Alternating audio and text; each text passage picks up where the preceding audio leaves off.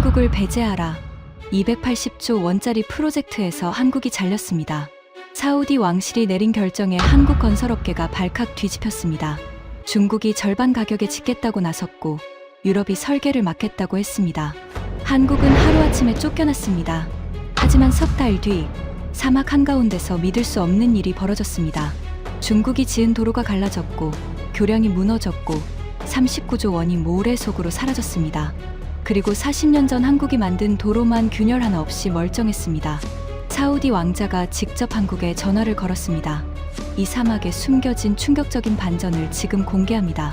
시작하기 전 구독과 좋아요, 그리고 대한민국 파이팅 댓글로 한국을 응원해주세요. 웃기지도 않소이다. 한국을 배제한단 말이오. 내 말 똑똑히 잘 들으시오. 한국 그들이 망치를 내려놓으면 이 사막의 거대한 도시들은 멈출 것이고 한국 그들이 고개를 저으면 강대국이라 자부하는 당신들의 초고층 빌딩은 그 즉시 무너질 것이요. 얼마 전이었습니다. 사우디아라비아 리야드 왕궁 서쪽 별관. 비전 2030 긴급 전략 점검 회의가 소집됐습니다. 280조 원 규모의 인프라 프로젝트가 한꺼번에 논의되는 자리였죠. 중동 역사상 가장 큰 건설 프로젝트. 네옴시티, 리야드 메트로, 홍해 관광단지, 사막 한가운데 세울 미래 도시들. 이 자리에 32명이 앉아 있었습니다. 하지만 그날 회의의 진짜 안건은 따로 있었습니다. 한국 건설사를 전면 교체하자는 제안서. 280조 원짜리 프로젝트에서 한국을 완전히 빼겠다는 보고서가 올라온 겁니다. 제 이름은 파이살 알라시드. 사우디 공공투자펀드 PIF 인프라사업부 수석 디렉터입니다. 25년 동안 이 나라의 국가 개발 프로젝트를 총괄해왔죠. 네옴시티 초기 설계부터 리야드 메트로, 홍해 관광단지까지 사우디에서 삽 한 번 뜨는 대형 공사라면 제 사인이 안 들어간 게 없었습니다. 그런데 그날 아침 회의실 문을 열고 들어가는 순간 분위기가 달랐습니다. 평소에는 커피향과 함께 느긋한 인사가 오가는 자리였죠. 하지만 그날은 공기 자체가 무거웠습니다. 32명의 시선이 전부 한쪽을 향하고 있었죠. 정면 스크린 앞에 한 남자가 서 있었습니다. 은혜색 정장에 금태 안경. 키가 190cm는 되어 보이는 장신이었죠. 입꼬리가 살짝 올라가 있었는데 그 미소가 묘하게 거슬렸습니다. 자신감이 아니었습니다. 오만이었죠. 빅토르 슈나이더. 독일 출신의 글로벌 건설 컨설팅 대표였습니다. 젠 맥킨지 파트너 출신으로 유럽과 중동의 초대형 건설 프로젝트 구조조정을 전문으로 하는 사람이었죠. 사우디 왕실이 외부에서 데려온 특별 자문이었습니다. 저는 자리에 앉으면서 옆에 놓인 서류를 집어들었습니다. 표지에 적힌 제목을 보는 순간 손가락 끝이 차가워지는 게 느껴졌습니다. 비전 2030 인프라 비용 최적화 전략 보고서, 부재. 한국 건설사 전면 교체를 통한 35% 비용 절감 방안. 심장이 한 박자 느리게 뛴 것 같았습니다. 한국 건설사 전면 교체. 그 글자가 눈에서 떠나지 않았죠. 빅토르가 리모컨을 들었습니다. 스크린에 첫 번째 슬라이드가 떴죠. 거대한 그래프와 함께 굵은 글씨가 박혀 있었습니다. 한국 의존도 축소, 글로벌 다변화 전략, 신사숙녀 여러분. 빅토르가 입을 열었습니다. 목소리가 회의실 전체를 채웠죠. 낮으면서도 또렷한, 사람을 압도하는 목소리였습니다. 오늘 제가 보여드릴 것은 사우디 비전 2030이 안고 있는 구조적 비용 문제와 그 해결책입니다. 슬라이드가 넘어갔습니다. 화면에 한국 건설사 세 곳의 이름이 떴죠. 현대건설, 삼성물산, 대우건설. 그 이름들 옆에 빨간 글씨로 교체 대상이라고 적혀 있었습니다. 저는 주먹을 꽉 쥐었습니다. 손톱이 손바닥을 파고들었죠. 현재 비전 2030 핵심 인프라 프로젝트의 42%를 한국 건설사가 수행하고 있습니다. 빅토르가 레이저 포인터로 그래프를 짚었습니다. 이 비율은 비정상입니다. 단일 국가에 대한 과도한 의존이죠. 리스크 관리의 기본 원칙에 어긋납니다. 그가 슬라이드를 넘겼습니다. 새로운 그래프가 떴죠. 국가별 건설 단가 비교표였습니다. 여기 보십시오. 같은 규모의 도로 인프라를 시공할 때 한국 업체의 단가와 중국 업체의 단가입니다. 빅토르가 두 막대 그래프를 번갈아 가리켰습니다. 중국이 47% 저렴합니다. 거의 절반 가격이죠. 회의실에 웅성거림이 퍼졌습니다. 32명의 시선이 그래프에 고정됐죠. 그때 회의실 오른쪽에서 한 남자가 고개를 끄덕이며 입을 열었습니다. 웨이거밍, CSCC, 중국국 영건설그룹 중동 총괄이었죠. 사우디 왕실이 비교 검토를 위해 초청한 사람이었습니다. 검은 정장에 빨간 넥타이, 눈이 가늘고 입꼬리가 항상 올라가 있었는데 그 표정이 계산적이라는 걸 저는 알고 있었습니다. 슈나이더 대표의 분석이 정확합니다. 웨이거밍이 유창한 영어로 말했습니다. 하지만 한 가지 더 덧붙이자면 중국은 단가만 낮은 게 아닙니다. 속도도 빠릅니다. 같은 구간 시공에 한국이 14개월 걸리는 걸 저희는 9개월이면 끝냅니다. 빅토르가 고개를 끄덕이며 슬라이드를 넘겼습니다. 마치 짜놓은 듯한 타이밍이었죠. 새 화면에 중국 건설사의 실적 자료가 나타났습니다. 아프리카, 동남아, 중앙아시아, 세계 곳곳에 중국이 지은 건물과 도로와 항만 사진이 화면을 가득 채웠죠. 보시다시피 CSCC는 이미 전 세계 130개국에서 검증된 기업입니다. 빅토르가 말했습니다. 그리고 설계 쪽은 프랑스 빈치와 독일 호티프가 담당하면 됩니다. 세계 최고 수준의 설계 역량과 세계 최저 수준의 시공 단가를 조합하는 겁니다. 빅토르가 잠시 말을 멈추고 회의실을 둘러봤습니다. 그리고 입꼬리를 올리며 말했죠. 솔직히 말씀드리겠습니다. 한국 건설사들은 과거에는 훌륭한 파트너였습니다. 그의 목소리가 한 톤 낮아졌습니다. 하지만 그건 과거입니다. 40년 전 이야기죠. 그때는 한국 노동자들이 가장 싸고 가장 열심히 일했으니까요. 저는 이를 악물었습니다. 등 뒤로 차가운 것이 흘러내리는 게 느껴졌죠. 빅토르가 말을 이었습니다. 거친 말을 하겠습니다. 한국은 삽질이나 잘하던 나라였습니다. 40년 전에 이 사막에 와서 땀 흘려가며 도로를 깔았죠. 고마운 일입니다. 하지만 지금은 시대가 달라졌습니다. 중국이 더 싸고 유럽이 더 세련됐습니다. 한국이 이 프로젝트에서 빠져도 아무도 모를 겁니다. 삽질이나 잘하던 나라. 그 말이 귓속에서 울렸습니다. 관자놀이가 뜨거워졌죠. 목 안쪽에서 뭔가가 치밀어 올라왔습니다. 하지만 저는 참았습니다. 아직 때가 아니었으니까요. 빅토르는 멈추지 않았습니다. 슬라이드가 넘어갈 때마다 한국을 깎아내리는 내용이 이어졌죠. 한국 건설사의 기술력을 과대평가하는 시각이 있습니다. 빅토르가 새 그래프를 띄웠습니다. 하지만 객관적 지표를 보면 다릅니다. 국제건설 기술혁신 지수에서 한국은 유럽 상위권 기업들에 비해 설계, 역량이 현저히 떨어집니다. 그가 표를 가리켰습니다. 한국 기업 이름 옆에 빨간 화살표가 아래를 향하고 있었죠. 자, 정리하겠습니다. 빅토르가 최종 슬라이드를 띄웠습니다. 한국 건설사를 중국과 유럽 컨소시엄으로 교체하면 첫째 비용 35% 절감, 280조 원 프로젝트 기준으로 약 98조 원입니다. 둘째 공기 단축, 중국의 시공 속도라면 최소 2년 앞당길 수 있습니다. 셋째 기술 고도화, 유럽 설계사의 참여로 글로벌 최고 수준의 품질을 보장합니다. 98조 원 절감이라는 숫자가 화면에 크게 떴습니다. 회의실 분위기가 변하는 게 느껴졌죠. 32명의 눈이 반짝이기 시작했습니다. 웨이거밍이 타이밍을 놓치지 않았습니다. 저희 CSCC가 공식 제안서를 준비했습니다. 그가 자리에서 일어나 서류 봉투를 아흐메드 왕자에게 건넸습니다. 네옴시티 1차 구간과 리야드 메트로 3개 노선. 한국 업체가 맡고 있는 구간을 저희가 인수하겠습니다. 가격은 현재 계약 금액의 55%로 하겠습니다. 55%. 거의 반값이었습니다. 아흐메드 왕자가 서류를 받아들었습니다. 제가 이 자리에서 가장 두려워하는 사람이었죠. 사우디 왕실 투자위원장. 비전 2030의 사실상 최종 결정권자. 50대 초반의 건장한 체격에 흰색 토브와 붉은 슈마그를 쓴 남자였습니다. 표정이 거의 변하지 않는 사람이었죠. 그래서 더 무서웠습니다. 그의 고개가 어느 쪽으로 기우느냐에 따라 수십조 원이 움직이니까요. 아흐메드 왕자가 서류를 훑어보더니 고개를 끄덕였습니다. 그 작은 움직임 하나에 회의실 공기가 달라졌죠. 흥미로운 제안이군요. 왕자가 낮은 목소리로 말했습니다. 그리고 시선을 돌렸습니다. 빅토르를 봤죠. 다른 반대 의견은 없습니까? 회의실이 조용해졌습니다. 32명 중 누구도 입을 열지 않았죠. 빅토르의 프레젠테이션은 완벽했고 98조 원이라는 숫자는 누구에게나 매력적이었으니까요. 저는 손바닥에 땀이 차는 걸 느꼈습니다. 심장이 목까지 올라온 것 같았죠. 입을 열어야 했습니다. 여기서 말하지 않으면 끝이었으니까요. 저는 자리에서 일어났습니다. 반대 의견 있습니다. 32개의 시선이 일제히 저를 향했습니다. 빅토르가 금태 안경 너머로 저를 봤죠. 그 눈에 짜증이 스치는 게 보였습니다. 파이살 디렉터. 빅토르가 미소를 유지한 채 말했습니다. 어떤 의견이십니까? 한국을 빼면 안 됩니다.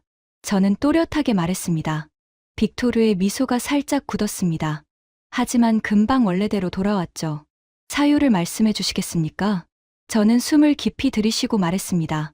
한국 건설사들의 역량은 단가로 환산할 수 없습니다. 사우디 인프라의 근간을 세운 게 한국입니다. 40년간 쌓아온 현장 경험, 사막 기후에 대한 이해, 공기관리 능력, 이걸 숫자 하나로 대체할 수 있다고 생각하는 건 위험합니다. 빅토르가 고개를 살짝 기울이며 말했습니다. 파이살 디렉터, 감정적인 주장은 자제해 주셨으면 합니다. 저는 데이터로 말씀드리고 있습니다. 감정으로 98조 원을 설명하실 수는 없으시지 않습니까? 회의실에서 작은 웃음이 터졌습니다. 빅토르 편에서 나온 웃음이었죠. 얼굴이 뜨거워졌습니다. 웨이거밍이 가세했습니다. 파이살 디렉터의 우려는 이해합니다.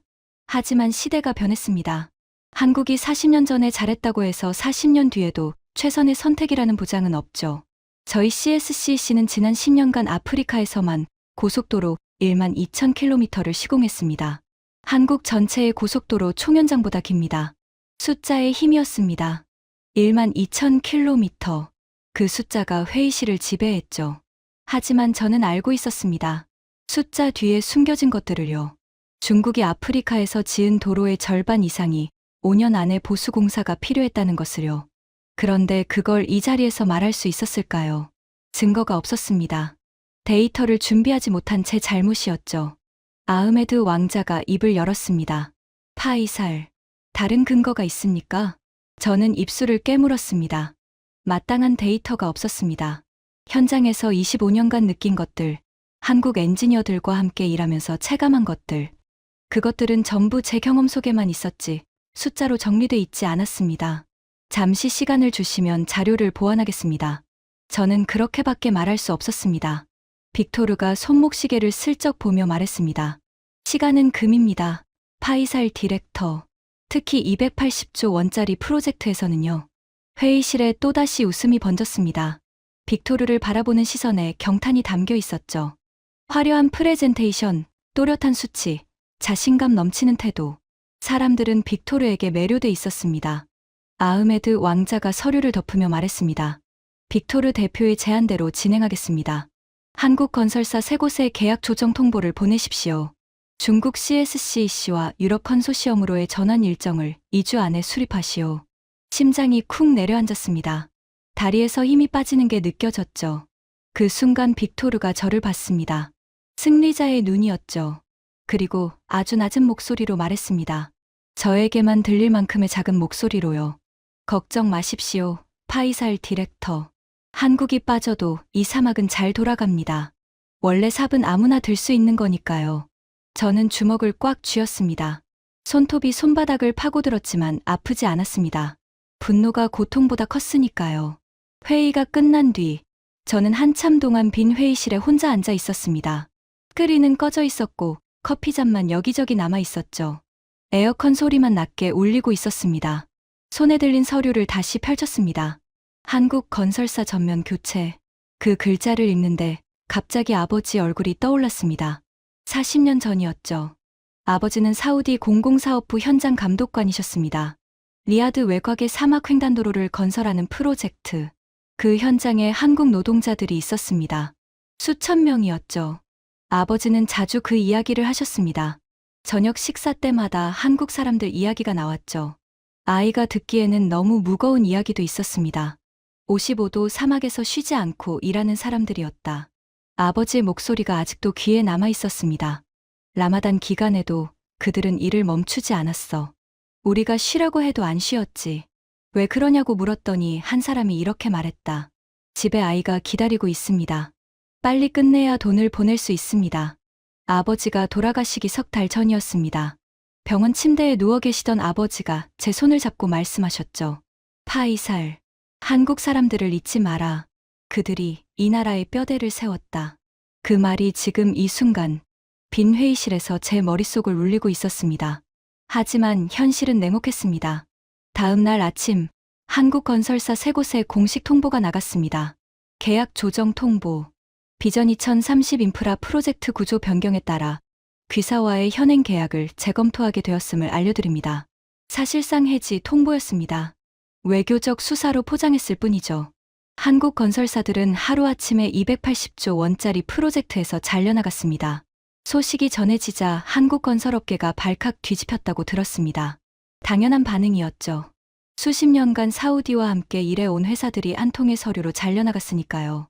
저는 그날 밤잠을 이루지 못했습니다. 리야드의 밤하늘에는 별이 쏟아지고 있었지만 제 머릿속은 온통 어두운 생각뿐이었죠. 이대로 끝나는 겁니까? 25년간 이 사막에서 한국과 함께 일해온 제가 그 결정을 막지 못했습니다. 하지만 운명은 묘한 것이어서 그로부터 석 달 뒤에 이 사막에서 믿을 수 없는 일이 벌어지기 시작합니다. 빅토르가 그토록 자신했던 계획이 산산조각 나고 웨이고밍의 약속이 모래처럼 무너지고 그리고 한국이라는 나라의 진짜 실력이 이 사막 위에 드러나게 되죠. 석 달이 지났습니다. 사우디 북서부 네옴시티 A구역 건설 현장. 저는 방탄 유리가 달린 SUV 뒷좌석에서 창밖을 바라보고 있었습니다. 에어컨을 최대로 틀어도 차 안 온도가 40도 가까이 올라왔죠. 밖은 55도였습니다. 사람이 서 있기만 해도 피부가 타는 온도였죠. 차가 현장 진입로에 들어서는 순간 저는 이상한 걸 느꼈습니다. 공사 차량이 멈춰 있었습니다. 크레인이 움직이지 않았죠. 레미콘 차량 8대가 일렬로 서 있었는데 한 대도 돌아가지 않았습니다. 운전기사에게 물었습니다. 왜 차들이 멈춰 있습니까? 모르겠습니다. 아침부터 절었습니다. 차에서 내리자마자 열기가 얼굴을 때렸습니다. 숨을 쉬는 것만으로도 기관지가 따가웠죠. 안전모를 쓰고 현장으로 걸어갔습니다. 50m쯤 걸었을 때 발밑에서 뭔가 이상한 감촉이 느껴졌습니다. 바닥을 내려다봤죠. 그리고 멈췄습니다. 콘크리트가 갈라져 있었습니다. 무릎을 꿇고 자세히 봤습니다. 균열이었죠. 실금이 아니었습니다. 손가락 2마디가 들어갈 정도의 틈이 콘크리트 표면을 가로지르고 있었습니다. 저는 일어서서 앞을 봤습니다. 균열이 직선으로 뻗어 있었죠. 10m, 20m, 50m. 눈으로 끝을 볼 수 없었습니다. 사막의 열기 속에서 금이 간 콘크리트가 아지랑이 너머로 계속 이어지고 있었죠. 그때 뒤에서 발소리가 들렸습니다. 돌아보니 카림 하산이 헬멧을 쓰고 달려오고 있었습니다. 카림은 이집트 출신의 현장 엔지니어였죠. 한국 건설사와 10년 넘게 일해온 베테랑이었습니다. 한국 업체가 빠지고 나서 중국 현장의 품질 감독관으로 재배치된 사람이었죠. 디렉터님, 카림이 헐떡이며 말했습니다. 얼굴이 새하얗게 질려 있었죠. 오셨군요. 이쪽으로 오십시오. 카림을 따라 현장 안쪽으로 들어갔습니다. 걸어갈수록 상황이 심각해졌죠. 균열이 한 줄이 아니었습니다. 2줄, 3줄, 콘크리트 바닥 전체가 거미줄처럼 갈라져 있었습니다. 언제부터 이랬습니까? 저는 물었습니다. 3일 전에 최초 발견했습니다. 카림이 태블릿을 꺼내 사진을 보여줬습니다. 하지만 처음에는 균열이 30m 정도였습니다. 그런데 하루 만에 2배로 늘었고 오늘 아침 측정하니 총 연장 120m, 최대 깊이 8cm입니다. 120m. 저는 숫자를 되뇌었습니다. 하루에 2배씩 늘어나고 있다는 겁니까? 카림이 고개를 끄덕였습니다. 사막 낮 기온이 55도를 넘기면 콘크리트 내부 온도가 80도까지 올라갑니다. 밤에는 20도 아래로 떨어지고요. 이 온도차가 반복되면서 내부의 응력이 축적된 겁니다. 콘크리트 배합이 이 기후에 맞지 않았던 겁니다. 배합이 맞지 않았다고요? 그럼 이 콘크리트는 뭘 기준으로 배합한 겁니까? 카림이 잠시 말을 멈췄습니다. 그리고 조심스럽게 대답했죠. 중국 내륙 기준입니다. 중국 본토에서 쓰는 표준 배합을 그대로 가져왔습니다. 저는 할 말을 잃었습니다. 중국 내륙은 사막이 아닙니다. 온도차가 이렇게 극심하지 않죠. 그 환경에서 쓰는 배합을 55도 사우디 사막에 그대로 가져왔다니. 한국 업체가 시공할 때는 배합이 달랐습니까? 저는 물었습니다. 카림이 고개를 끄덕였습니다. 완전히 달랐습니다. 한국 업체는 사우디 전용 배합을 썼습니다. 사막 극한 온도에 맞춰서 특수 온화제를 넣었고 양생 과정도 야간에만 진행했습니다. 콘크리트를 부을 때 온도, 습도, 풍속까지 전부 실시간으로 모니터링했고요. 저는 균열을 다시 내려다봤습니다. 이 갈라진 틈 하나가 수천억 원어치 공사를 날려버리고 있었습니다. 그때 현장 사무소에서 웨이거밍이 걸어 나왔습니다. 안전모는 쓰지 않았고 구두를 신고 있었죠. 현장에 자주 안 나오는 사람이라는 게 한눈에 보였습니다. 파이살 디렉터, 오셨습니까? 웨이거밍이 평소와 같은 미소를 띠며 다가왔습니다. 하지만 그 미소가 어색하다는 걸 저는 놓치지 않았죠. 눈이 웃지 않았으니까요. 이게 뭡니까? 저는 바닥을 가리켰습니다. 웨이거밍이 균열을 내려다보더니 고개를 저었습니다. 사소한 표면 균열입니다. 사막에서는 흔한 현상이죠. 보수하면 됩니다. 보수하면 된다고요? 저는 목소리가 높아지는 걸 억누르며 물었습니다. 120m짜리 균열이 하루에 2배로 늘어나고 있는데 보수하면 된다고요? 웨이거밍의 미소가 살짝 흔들렸습니다. 하지만 금방 회복하더니 말했죠. 파이살 디렉터, 건설 현장에서 균열이 생기는 건 자연스러운 일입니다. 과민 반응하실 필요 없습니다. 카림이 옆에서 작은 목소리로 말했습니다. 웨이 총괄, 이건 표면 균열이 아닙니다. 구조 균열입니다. 기초까지 영향을 줄 수 있습니다. 웨이거밍의 눈이 카림을 향했습니다. 차가운 시선이었죠. 카림 엔지니어, 당신은 품질 감독관이지 구조 전문가가 아니지 않습니까? 전문가가 와서 확인하면 됩니다. 카림이 입을 다물었습니다. 하지만 주먹은 꽉 쥐어져 있었죠. 저는 웨이거밍을 똑바로 봤습니다. 웨이 총괄, 3일 안에 정밀 구조 진단 결과를 제출하십시오. 제출하지 않으면 해당 구간 공사를 전면 중단시키겠습니다. 웨이거밍의 미소가 완전히 사라졌습니다. 알겠습니다, 디렉터님. 그는 그 한마디만 남기고 돌아섰죠. 그가 걸어가는 뒷모습을 보면서 저는 불안이 가슴을 짓누르는 걸 느꼈습니다. 이건 시작에 불과하다. 그런 예감이 들었습니다. 그리고 그 예감은 정확했습니다. 같은 시기 사우디 서부 해안 홍해 관광단지 B구역 프랑스 건설사 빈치가 맡은 현장이었습니다. 여기서는 다른 종류의 문제가 터지고 있었죠. 저는 B구역 현장 보고서를 받아들었습니다. 읽는 순간 눈앞이 캄캄해졌죠. 공정률 현황, 계획 대비 진행률 31%, 예정 공정률 68%, 지연율 37%포인트, 37%포인트 지연. 쉽게 말하면 10 중에 7을 끝내야 할 시점에 3밖에 못 끝냈다는 겁니다. 카림이 B구역 현장을 다녀온 뒤 보고했습니다. 디렉터님, B구역 상황이 심각합니다. 카림이 노트를 펴며 말했습니다. 유럽 엔지니어 이직률이 40%를 넘었습니다. 3개월 안에 10명 중 4명이 떠난 겁니다. 이유가 뭡니까? 기후 적응 실패입니다. 유럽 엔지니어들은 사막 현장 경험이 거의 없습니다.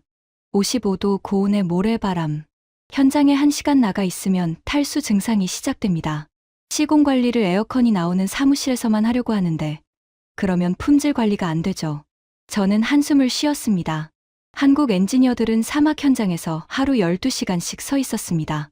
안전모 아래 수건을 두르고 소금물을 마셔가면서 일했죠. 그게 40년간 축적된 노하우였습니다. 하지만 유럽 사람들에게 그걸 기대할 수는 없었죠. 환경이 다르니까요. 문제는 빈치가 그 차이를 인정하지 않는다는 거였습니다. 공기 지연 때문에 위약금이 발생하고 있습니까? 저는 물었습니다. 카림이 고개를 끄덕였습니다. 현재까지 누적 위약금이 4조 원을 넘었습니다. 이 속도라면 연말까지 9조 원에 달할 겁니다. 9조 원. 빅토르가 한국을 빼면 98조 원을 아낄 수 있다고 했었죠. 그런데 유럽 업체 하나에서만 9조 원이 새나가고 있었습니다. 그리고 그때 진짜 뉴스가 터졌습니다. 디렉터님, C구역에서 긴급 보고가 올라왔습니다. 카림이 전화를 받더니 얼굴이 창백해졌습니다. 교량 기초가 침하했습니다. 뭐라고요? 네움시티 C구역. 중국 CSCC가 맡은 2번째 현장이었습니다. A구역의 콘크리트 균열과는 비교도 안 되는 사고였죠. 교량 기초 침하. 다리를 지탱하는 바닥이 내려앉았다는 뜻입니다. 사막의 모래 지반 위에 교량을 세울 때는 특수한 기초 공법이 필요합니다. 모래가 하중을 지탱하지 못하면 구조물 전체가 기울거나 무너질 수 있죠. 저는 즉시 C구역으로 향했습니다. 차로 2시간이 걸렸죠. 사막 한가운데 도로를 달리면서 창밖을 보는데 아무 생각이 나지 않았습니다. 머릿속이 하얘진 상태였죠. 현장에 도착하니 이미 공사가 전면 중단돼 있었습니다. 교량 교각 3개 중 하나가 눈에 띄게 기울어져 있었죠. 건설 노동자 수백 명이 공사장 밖으로 대피해 있었습니다. 카림이 현장 기술자에게 상황을 확인한 뒤 저에게 보고했습니다. 기초 파일의 관입 깊이가 부족했습니다. 카림이 설명했습니다. 사우디 사막 지반은 상층부는 모래지만 하층부의 안반이 불규칙하게 분포돼 있습니다. 한국 업체는 원래 이 구간을 시공하기 전에 6개월간 지반 조사를 했습니다. 시추공을 120개 이상 뚫어서 안반 분포를 전부 파악했었죠. 중국은 지반 조사를 얼마나 했습니까? 카림이 잠시 침묵했습니다. 3주입니다. 시추공은 18개였습니다. 저는 눈을 감았습니다. 120개와 18개, 6개월과 3주. 그 차이가 지금 기울어진 교각으로 나타나 있었습니다. 중국 측 입장은 뭡니까? 설계 도면에 문제가 있었다고 주장하고 있습니다. 설계 도면이요? 그 도면은 누가 만들었습니까? 한국 업체가 기존에 작성한 겁니다. 한국이 빠지면서 도면만 남겼는데 중국 측이 그 도면을 그대로 사용했습니다. 하지만 한국 도면에는 지반 조사 데이터 기반의 보정값이 포함돼 있었고 중국은 그 보정값을 무시하고 자체 공법으로 대체했습니다. 한국 도면을 갖다 쓰고 한국 데이터는 무시했다. 그리고 사고가 나니까 한국 도면 탓을 한다. 저는 이 말을 짚었습니다. 관자놀이가 지끈거렸죠. 빅토르에게 보고가 갔습니까? 카림이 고개를 끄덕였습니다. 갔습니다. 그런데 빅토르 대표의 반응이 흥미롭습니다. 뭐라고 했습니까? 카림이 태블릿에서 이메일을 열었습니다. 빅토르가 아흐메드 왕자에게 보낸 보고서의 제목이 뜨는 순간 저는 피가 거꾸로 솟는 걸 느꼈습니다. 네옴시티 C구역 교량 기초 침하 사고 원인 분석 한국 건설사의 부실 설계 도면에 기인한 구조적 결함. 한국 탓. 한국이 빠지고 석 달 만에 터진 사고를 한국 탓으로 돌리고 있었습니다. 저는 주먹을 꽉 쥐었습니다. 손가락 마디가 하얗게 변할 정도로 힘을 줬죠. 이건 아닙니다. 이건 사실이 아닙니다. 하지만 빅토르는 거기서 멈추지 않았습니다. 같은 보고서에 복구 비용 추산이 포함돼 있었죠.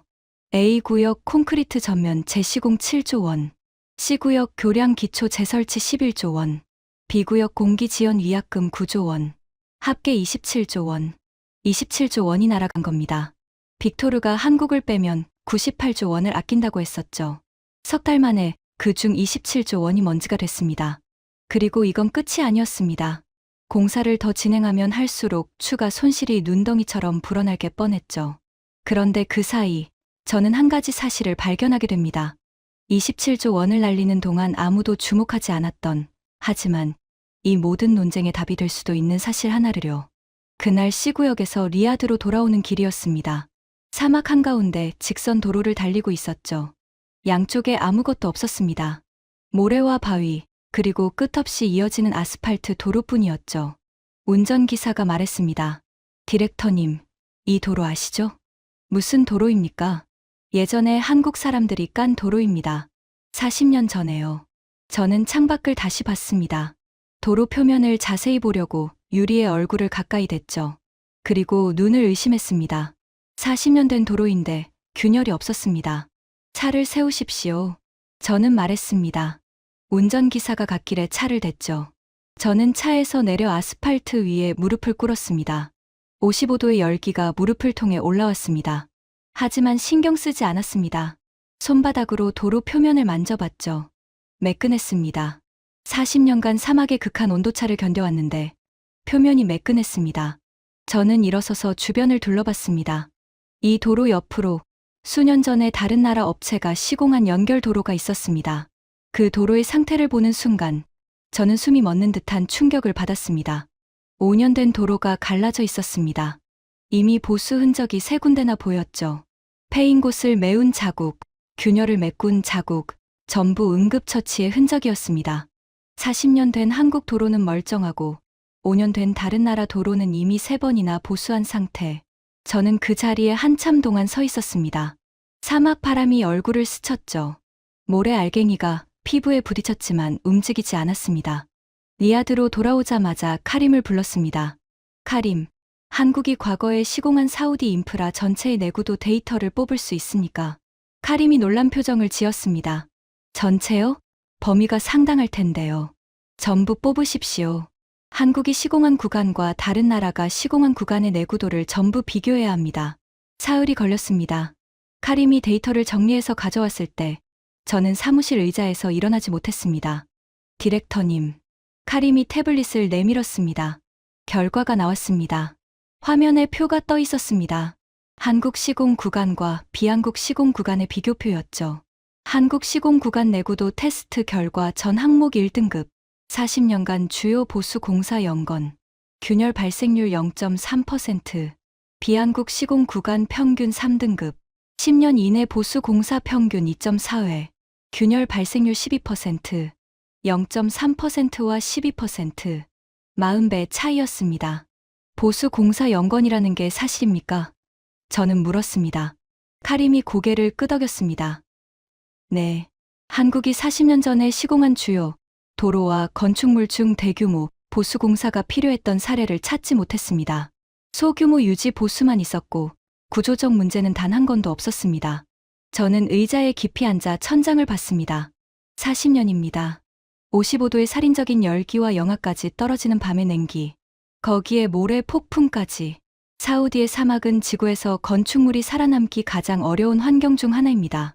그 환경에서 40년 동안 금 하나 안 가게 만들었다. 한국은 어떻게 그게 가능했던 겁니까? 카림이 대답했습니다. 제가 한국 업체와 10년 넘게 일하면서 느낀 건 하나입니다. 한국 사람들은 사막을 이해합니다. 사막의 모래가 어떻게 움직이는지, 낮과 밤의 온도차가 철근에 어떤 영향을 주는지, 콘크리트에 수분이 얼마나 남아 있어야 하는지, 그걸 교과서가 아니라 몸으로 알고 있는 사람들입니다. 몸으로 안다. 그 말이 가슴에 꽂혔습니다. 40년 전 55도 사막에서 하루 16시간씩 일하면서 온몸으로 배운 것들. 그 경험이 콘크리트 배합에, 양생 방법에, 기초 공법에 전부 녹아들어 있었던 겁니다. 저는 아버지가 하셨던 말씀을 떠올렸습니다. 한국 사람들을 잊지 마라. 그들이 이 나라의 뼈대를 세웠다. 아버지 말씀이 데이터로 증명된 순간이었습니다. 저는 그 자리에서 오래된 사진첩을 꺼냈습니다. 아버지 유품 중 하나였죠. 리야드 횡단도로 준공식 날 찍은 사진이었습니다. 갈색 바탕에 색이 바랜 사진 속에 안전모를 쓴 수십 명의 한국 노동자들이 서 있었습니다. 모두 검게 탄 얼굴이었죠. 티셔츠가 땀에 젖어 몸에 달라붙어 있었고 눈만 하얗게 빛나고 있었습니다. 웃고 있었습니다. 지쳐 있으면서도 웃고 있었죠. 사진 뒷면에 아버지의 필체가 남아 있었습니다. 아랍어로 적혀 있었죠. 한국의 벗들, 이 사막에 길을 놓은 사람들. 저는 사진을 한참 들여다봤습니다. 이 사람들이 55도 사막에서 피와 땀을 흘려가며 만든 것들이 40년이 지난 지금도 금 하나 없이 서 있습니다. 그리고 그 사람들의 후손이 지금 같은 사막에서 같은 일을 하고 있었죠. 빅토르가 뭐라고 했었습니까? 삽질이나 잘하던 나라. 원래 삽은 아무나 들 수 있는 거라고. 틀렸습니다. 삽을 드는 건 누구나 할 수 있겠죠. 하지만 55도 사막에서 40년이 지나도 무너지지 않는 것을 만드는 건 아무나 할 수 있는 게 아닙니다. 저는 사진을 서류 가방에 넣고 전화기를 들었습니다. 전화해야 할 사람이 있었죠. 사태가 심각해지자 바깥에서 사람이 왔습니다. 디렉터님, 미국 국무부에서 중동경제협력 차관보가 리야드에 도착했습니다. 데이비드 칼슨, 미 국무부 중동경제협력 담당 차관보였습니다. 비전 2030에 미국 자본이 대규모로 투자된 상태라 프로젝트가 흔들리면 미국도 영향을 받는 구조였죠. 칼슨은 사우디에 직접 와서 상황을 파악하려 했습니다. 칼슨을 만난 건 리야드 시내의 한 호텔 회의실이었습니다. 첫인상은 전형적인 미국 외교관이었죠. 회색 정장에 파란 넥타이, 키가 크고 어깨가 넓었습니다. 악수할 때 힘이 셌죠. 파이살 디렉터, 상황 브리핑을 부탁합니다. 저는 준비한 자료를 테이블에 펼쳤습니다. A구역 콘크리트 균열, B구역 공기 지연, C구역 교량 침하. 전부 설명했죠. 칼슨은 자료를 보면서 표정이 점점 굳어졌습니다. 한국 업체를 빼고 나서 석 달 만에 이 상태입니까? 칼슨이 물었습니다. 그렇습니다. 빅토르 슈나이더의 보고서에는 한국 도면이 부실하다고 적혀 있던데요. 저는 카림이 정리한 데이터를 꺼냈습니다. 한국 시공 구간과 비한국 시공 구간의 내구도 비교 자료였죠. 칼슨에게 건네며 말했습니다. 한국이 40년 전에 시공한 도로가 아직도 균열 하나 없습니다. 반면 중국이 석 달 전에 시공한 구간은 이미 120m가 갈라졌고 교량 기초가 내려앉았습니다. 어느 쪽이 부실합니까? 칼슨이 데이터를 한참 들여다봤습니다. 고개를 천천히 끄덕이더니 조용히 물었습니다. 한국을 다시 불러야 하지 않습니까? 저는 그 말에 심장이 뛴 걸 느꼈습니다. 미국 국무부 차관보가 한국을 다시 데려와야 한다고 말한 겁니다. 그렇게 생각합니다. 하지만 결정은 아흐메드 왕자가 합니다. 칼슨이 고개를 끄덕이더니 말했습니다. 혹시 미국 업체는 투입할 수 없습니까? 벡텔이나 플루어가 급히 투입될 수 있는지 알아보겠습니다. 저는 고개를 저었습니다. 이미 타진했습니다. 벡텔은 이 규모와 이 기후 조건에서는 감당하기 어렵다고 답했습니다. 칼슨이 의자에 등을 기대며 천장을 봤습니다. 벡텔이 못한다고요? 네. 벡텔도 사우디 사막에서 이 규모의 긴급 재시공은 경험이 없습니다. 칼슨이 한참 동안 아무 말도 하지 않았습니다. 그리고 낮은 목소리로 중얼거렸죠. 솔직히 말하면 미국도 이건 못합니다. 미국도 못한다. 그 말이 호텔 회의실에 울렸습니다. 세계 최강국 미국의 정부 관료가 이 프로젝트를 미국도 감당 못한다고 인정한 겁니다. 칼슨이 자리에서 일어나며 말했습니다. 파이살 디렉터, 아흐메드 왕자와의 면담을 주선해 줄 수 있습니까? 미국 정부 차원에서 프로젝트 안정화가 필요하다는 의견을 전달하겠습니다. 저는 고개를 끄덕였습니다. 바람이 바뀌기 시작했습니다. 하지만 빅토르도 가만히 있지 않았습니다. 소식을 들은 빅토르가 아흐메드 왕자에게 달려갔죠. 한국을 다시 부를 필요가 없다. 일본 시미즈 건설이 투입 가능하다고 보고한 겁니다. 일본 측에 공식 타진이 갔습니다. 사흘 뒤 시미즈 건설의 답변이 돌아왔습니다. 저는 그 답변을 읽고 속으로 웃었습니다. 빅토르의 마지막 카드마저 꺾인 순간이었으니까요. 시미즈 건설 공식 답변. 단독 수행은 불가합니다. 한국 건설사와의 합작 컨소시엄이라면 참여를 고려하겠습니다. 한국과 함께가 아니면 못하겠다. 일본 건설업계가 그렇게 답한 겁니다. 빅토르의 보고서를 받은 아흐메드 왕자의 표정이 어떠했는지 저는 직접 보지 못했습니다. 하지만 다음 날 왕자의 비서실에서 전화가 왔죠. 파이살 디렉터. 왕자님이 한국건설사 대표와의 직접 통화를 지시하셨습니다. 연결을 주선해 주십시오. 심장이 쿵 뛰었습니다. 드디어 결정이 내려진 겁니다. 하지만 쉽지 않을 것이라는 건 알고 있었죠. 한국을 배제하고 계약을 해지한 지 석 달. 한국 측이 순순히 돌아올 리가 없었으니까요.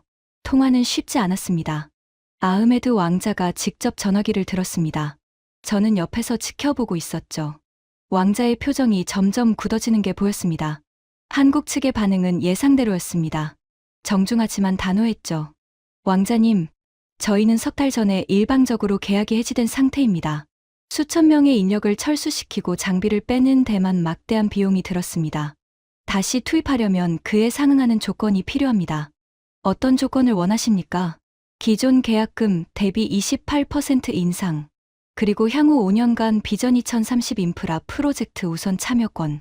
아흐메드 왕자의 눈썹이 살짝 움직였습니다. 28%면 수조 원이 추가되는 조건이었죠. 하지만 왕자는 길게 생각하지 않았습니다. 수용하겠습니다. 통화가 끝난 뒤 왕자가 저를 봤습니다. 표정이 없었죠. 하지만 눈빛에서 무언가를 읽을 수 있었습니다. 후회였습니다. 파이살. 네, 왕자님. 한국 업체들이 돌아오면 가장 급한 구간부터 투입하시오. 즉시 실행했습니다. 한국 건설사 3곳에 연락이 갔고 2주 만에 선발대가 도착했습니다. 한 달 안에 4만 7천 명의 한국 인력이 사우디 사막에 다시 발을 디뎠죠. 그리고 거기서부터 기적이 시작됐습니다. 가장 먼저 투입된 곳은 A구역이었습니다. 중국이 시공한 콘크리트를 전부 걷어내고 재시공해야 하는 구간이었죠. 중국이 8개월 걸려서 만든 것을 부수고 다시 짓는 작업이었습니다. 빅토르의 추산으로는 재시공에 최소 6개월이 필요했습니다. 중국 업체도 비슷하게 봤죠. 사실 당연한 추산이었습니다. 기존 구조물을 철거하고 새로 기초를 다지고 콘크리트를 타설하고 양생하고 상식적으로 6개월은 걸리는 작업이었습니다. 한국이 걸린 시간은 11주였습니다. 77일. 6개월 예상 공기를 3분의 1도 안 되는 시간에 끝낸 겁니다. 어떻게 가능했냐고요. 저는 현장에서 직접 봤습니다. 한국 엔지니어들은 도착하자마자 24시간 교대 체제를 가동했습니다.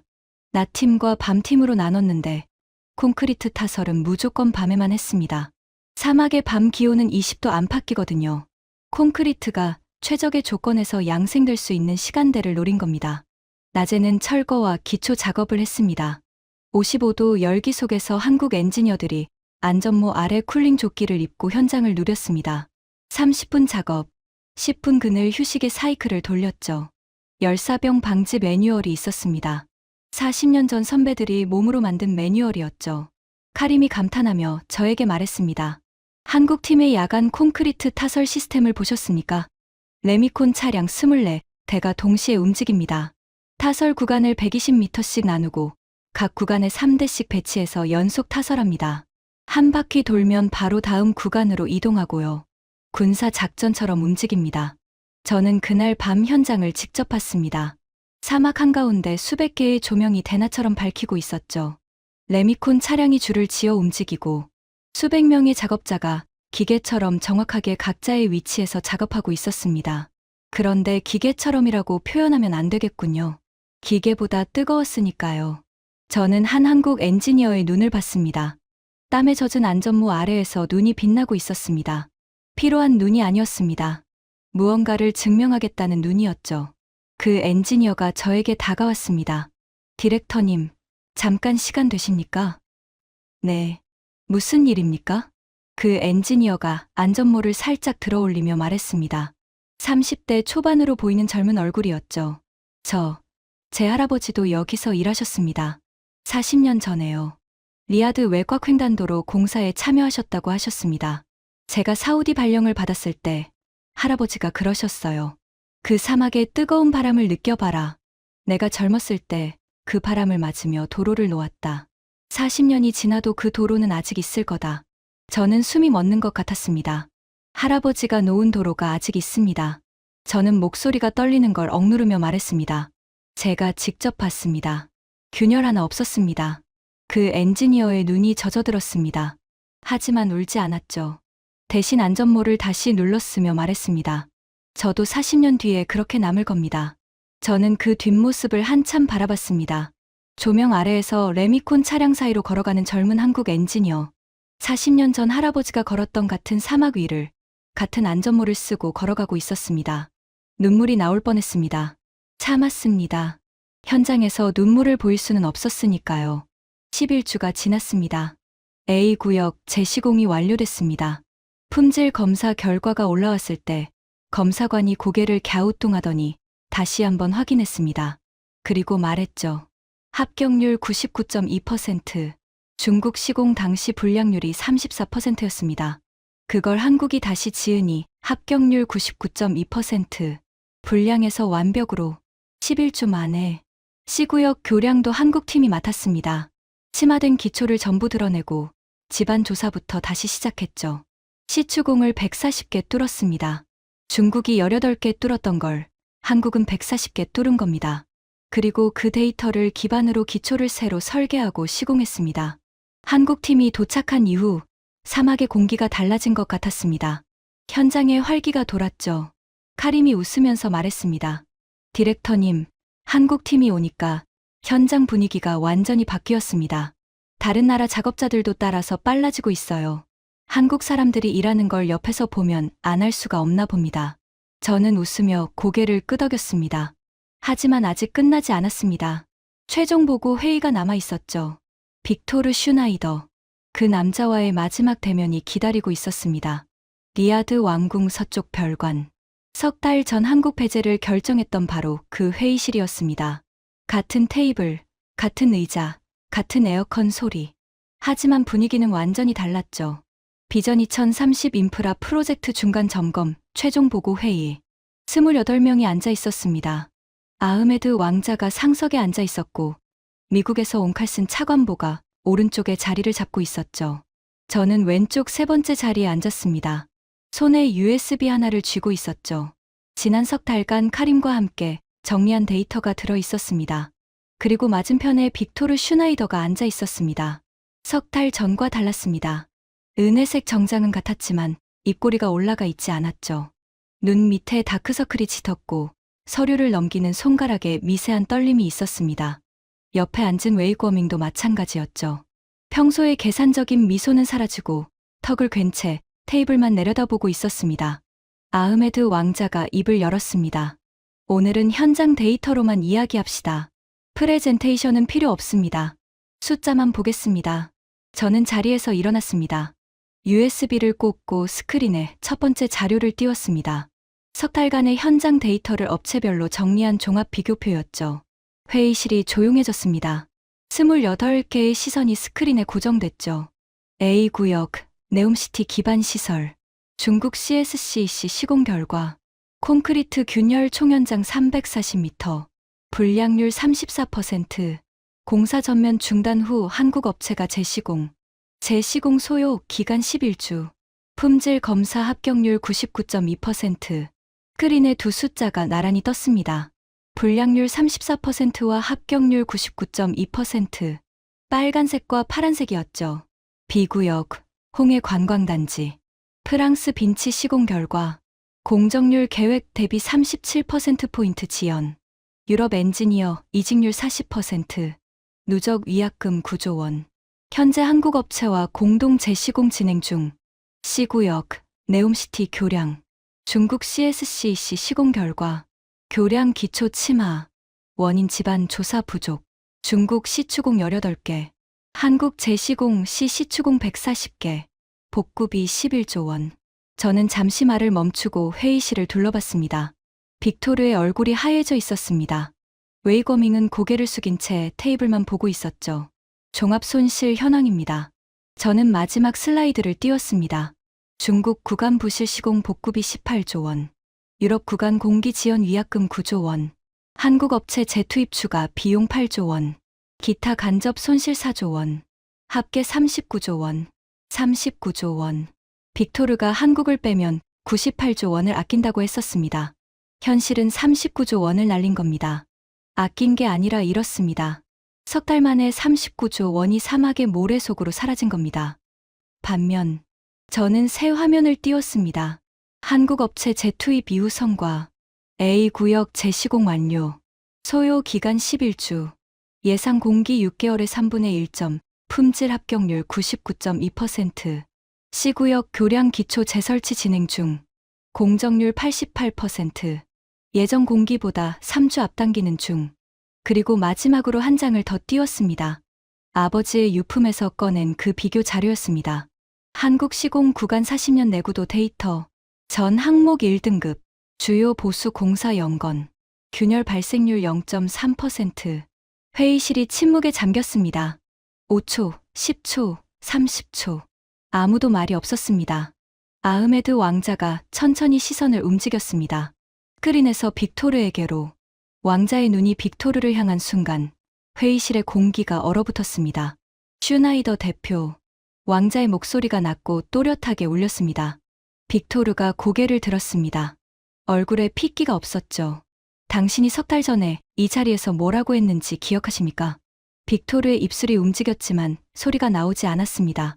왕자가 기다리지 않고 말을 이었죠. 한국을 배제하면 98조 원을 아낄 수 있다고 했소. 중국이 더 싸고 유럽이 더 세련됐다고 했소. 한국은 삽질이나 잘하는 나라라고 했소. 왕자의 목소리에 감정이 실리지 않았습니다. 오히려 그래서 더 무서웠죠. 차갑고 정확한 목소리였습니다. 그 결과가 이겁니까? 왕자가 스크린을 가리켰습니다. 39조 원의 손실, 교량 침하, 콘크리트 균열, 공기 지연.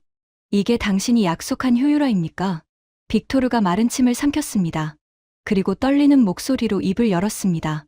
왕자님, 중국 측의 시공 품질 문제는 예상 밖이었습니다. 그리고 한국 측 도면에도 일부 문제가 있었다는 점을 감안해 주셔야 합니다. 한국 도면에 문제가 있었다? 왕자가 고개를 살짝 기울였습니다. 파이살 디렉터, 그 주장에 대해 답하시오.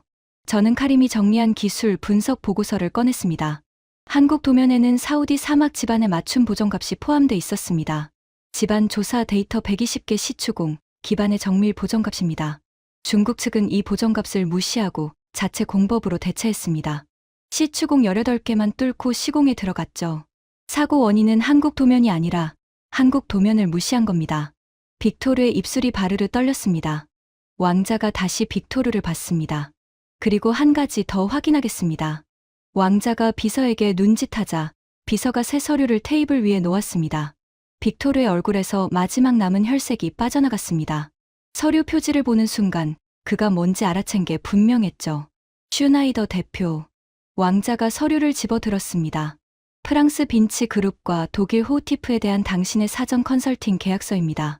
한국 업체를 교체할 경우 해당 유럽 건설사를 대안으로 추천하는 조건으로 프로젝트 총액의 1.5%를 컨설팅 수수료로 받기로 한 계약이죠. 회의실이 술렁였습니다. 1.5%. 280조 원의 1.5%면 4조 2천억 원이었습니다. 빅토르가 자리에서 벌떡 일어났습니다. 왕자님, 이건 업계 표준 관행입니다. 컨설팅 수수료는 어디서나 존재하는 것이고 저는 정당한 대가를 받은 것뿐입니다. 왕자가 서류를 테이블에 내려놓았습니다. 소리가 회의실에 울렸죠. 4조 2천억 원의 수수료를 받기 위해 280조 원짜리 프로젝트를 위험에 빠뜨린 겁니까? 빅토르의 입이 열렸다 닫혔습니다. 아무 말도 나오지 않았죠. 그때 왕자가 말했습니다. 제가 석 달 전에 당신 말을 들은 건 제 판단착오였소. 하지만 지금은 분명하게 보입니다. 왕자가 자리에서 일어났습니다. 28명이 동시에 긴장한 게 느껴졌죠. 한국을 배제한다고 했소?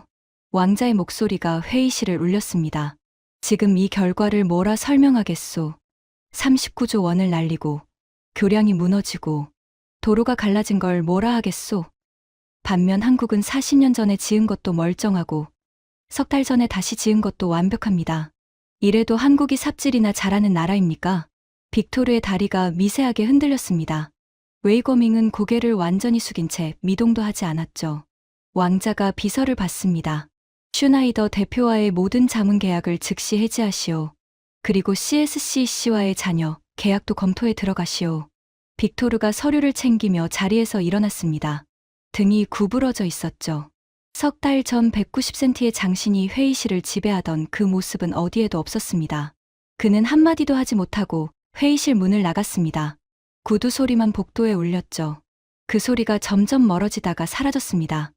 회의실에 정적이 흘렀습니다. 3초, 5초, 10초. 칼슨 차관보가 먼저 입을 열었습니다. 왕자님, 미국 정부 차원에서 한 가지 말씀드려도 되겠습니까? 말씀하시오. 칼슨이 천천히 자리에서 일어났습니다.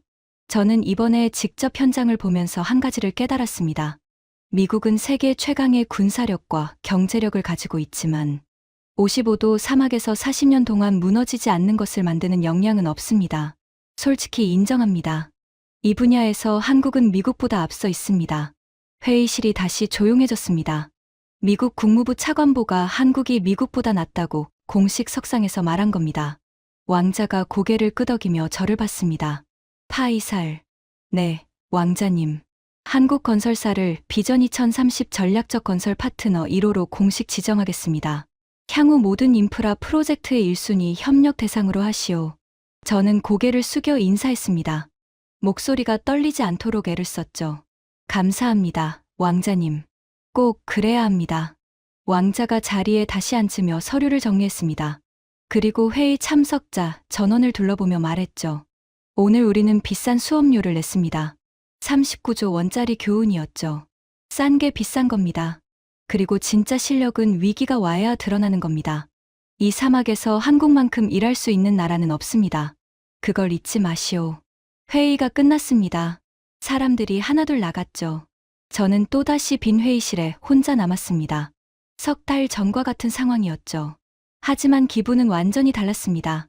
석 달 전에는 무력감에 짓눌려 있었죠. 지금은 가슴이 뜨거웠습니다. 서류 가방에서 아버지의 사진을 꺼냈습니다. 40년 전 리야드 횡단도로 준공식, 검게 탄 얼굴에 한국 노동자들이 웃고 있는 사진.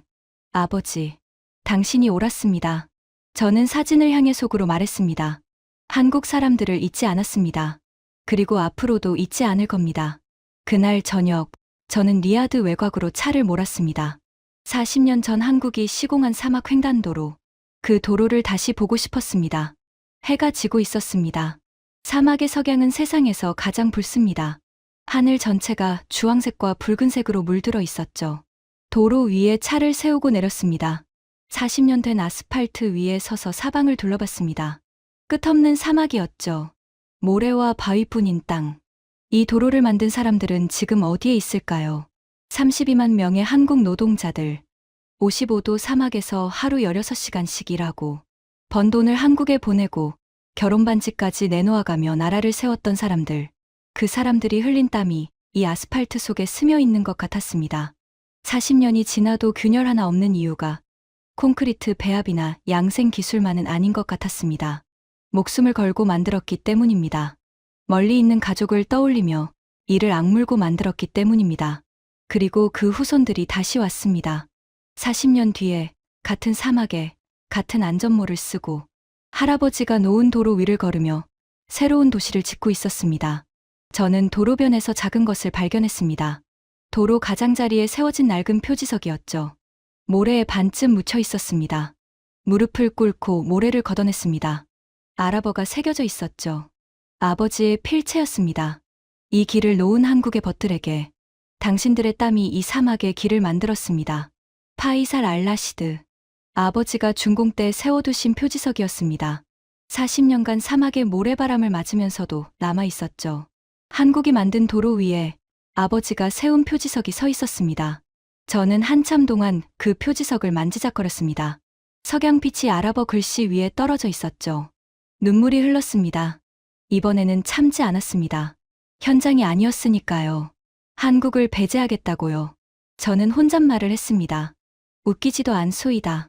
한국 그들이 망치를 내려놓으면 이 사막의 거대한 도시들은 멈출 것이고 한국 그들이 고개를 저으면 수백조 원짜리 미래 프로젝트가 그 즉시 무너질 것이요. 한국은 삽질이나 잘하는 나라가 아닙니다. 이 사막에 뼈대를 세운 나라입니다. 40년 전에도 지금도 그리고 앞으로도 32만 명의 땀이 만든 길 위에서 4만 7천 명의 후손들이 새로운 미래를 짓고 있습니다. 그 어떤 숫자로도 그 어떤 보고서로도 이 나라의 진짜 실력을 지울 수는 없습니다. 진짜 실력은 위기 때 드러나는 법이니까요. 오늘의 사연은 여기까지입니다. 55도 사막에서 40년이 지나도 무너지지 않는 것을 만든 나라, 대한민국. 그 시작은 맨손으로 사막의 길을 놓았던 32만 명의 땀이었습니다. 오늘도 우리가 자랑스러운 이유를 이 이야기가 보여줬다면 주변에 널리 공유해주세요. 작은 공유가 대한민국의 자부심을 더 크게 만듭니다. 구독과 좋아요도 부탁드립니다. 지금까지 감동날다였습니다. 감사합니다.